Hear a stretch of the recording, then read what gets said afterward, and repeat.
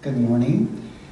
Good to come back to join you for another Sunday and another Sunday school lesson. I hope that you've been blessed by these lessons and recordings, and again, it's been a wonderful thing to record them, and truly I hope that you have been blessed by them, and I hope as well and pray that you are blessed by this lesson this morning as well. As you remember last week, the last 2 weeks, we were focused on the 10 Commandments. We focused on how they reflected last week the character of God. And this week we're going to switch gears a little bit, and our lesson title is called You Have a Plan. And basically I'm going to read it, and I don't think I'm going to try to comment on it. I think it says so much more just in the plain words that I could ever say or ever do. So I hope that as you listen to this expose or essay, that you receive a tremendous blessing and again reflect once again upon the character and the love and mercy and forgiveness and patience of God, and all of those wonderful characteristics that we talked about last week in our 10 Commandments lesson. So before I read, I'd like to say that this was written by Bruce Malone, and it's from his book, The Search for Truth. So if you're interested, maybe you can look that up somewhere, somehow. But again, I believe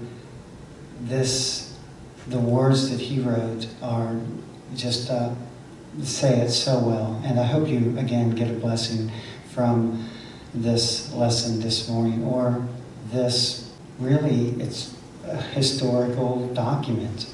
So I hope, without further ado, we will continue, and I hope that you do get a blessing. Just thank the Lord for a wonderful week, for keeping my family safe for another week. I pray that you are safe as well, and pray that you will continue to be safe this upcoming week as well. And just thank the Lord for all He's done, for His many blessings, for His Word. And just, again, Acts 17:11 says, search the Scriptures yourself to see whether these things be so. So suppose you are God and decide to lead a special group of people out of ancient Egypt, where they have been slaves for almost 500 years. At the right time, you bring them out of Egypt with an incredible display of mighty miracles.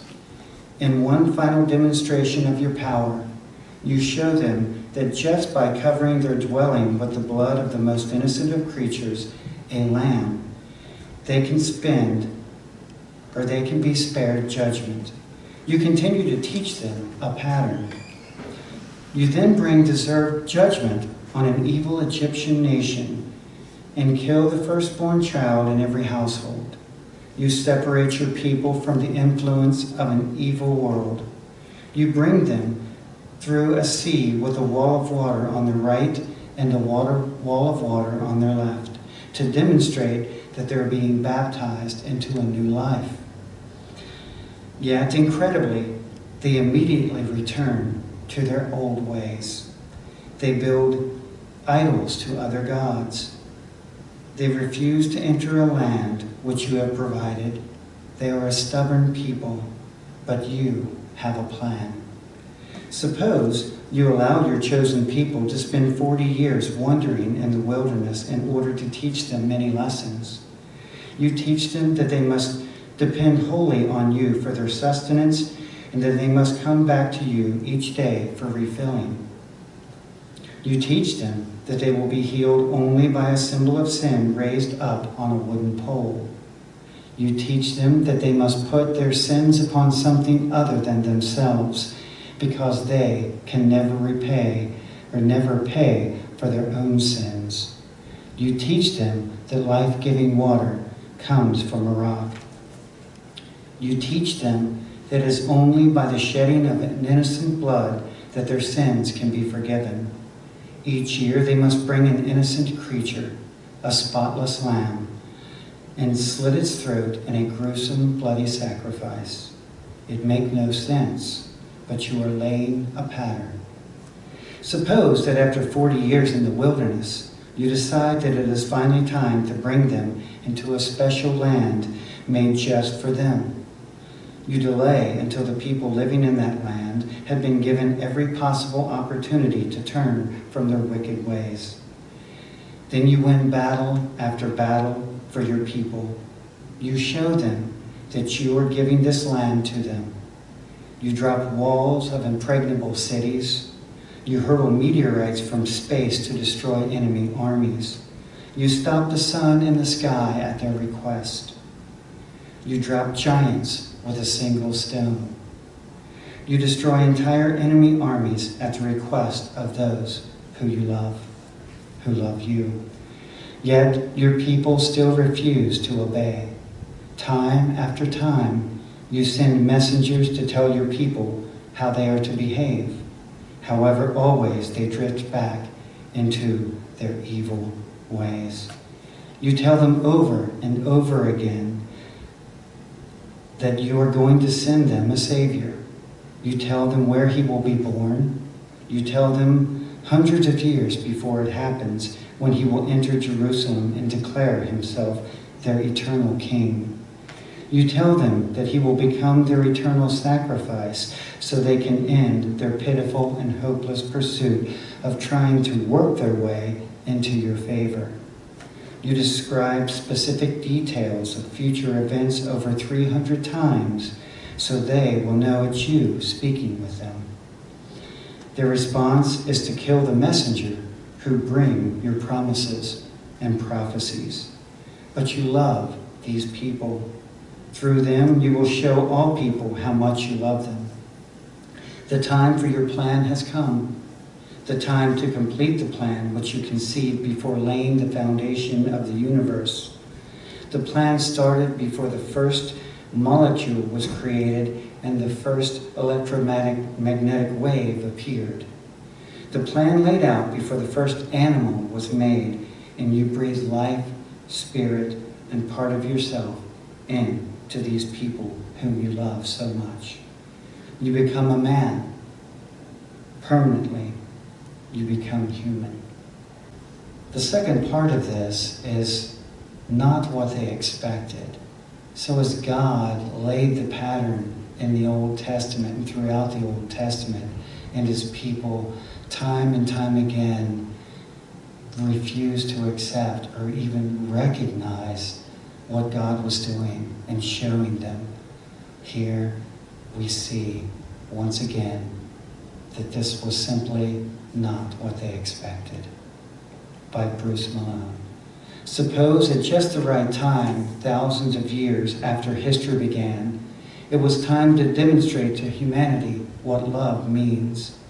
You did not come to earth as an arrogant ruler, but as a humble servant to wash the feet of others.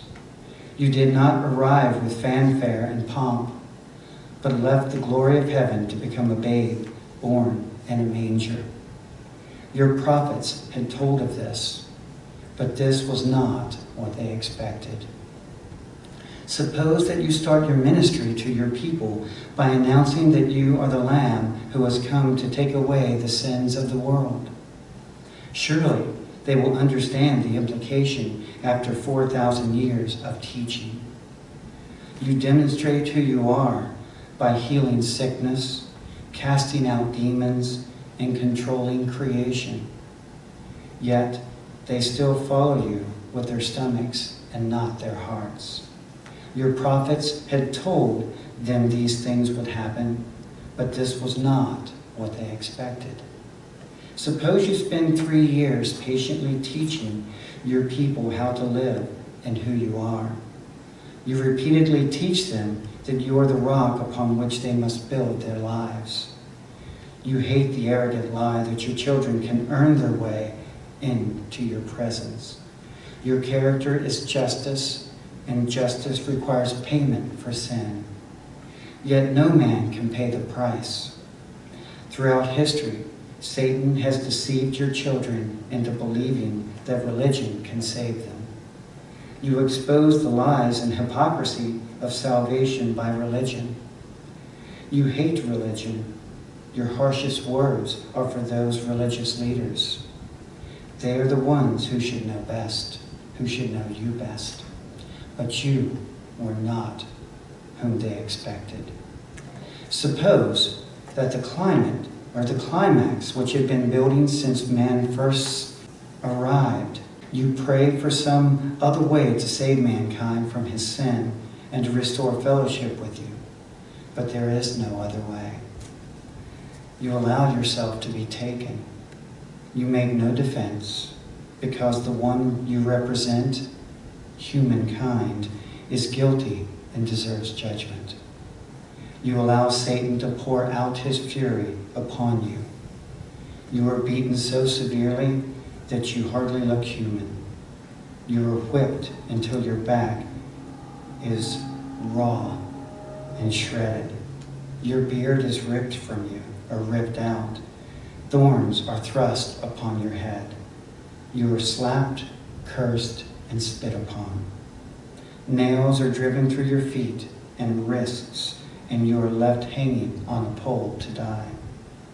You could destroy the entire universe with a word, but you choose instead to suffer.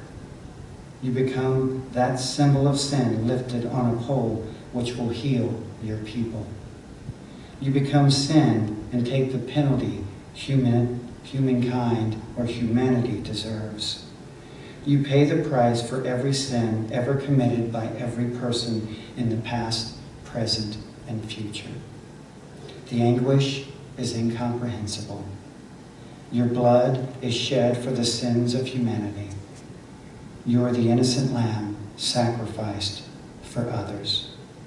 Suppose that 3 days later you rise from the dead to show them all that at long last they can have victory over death.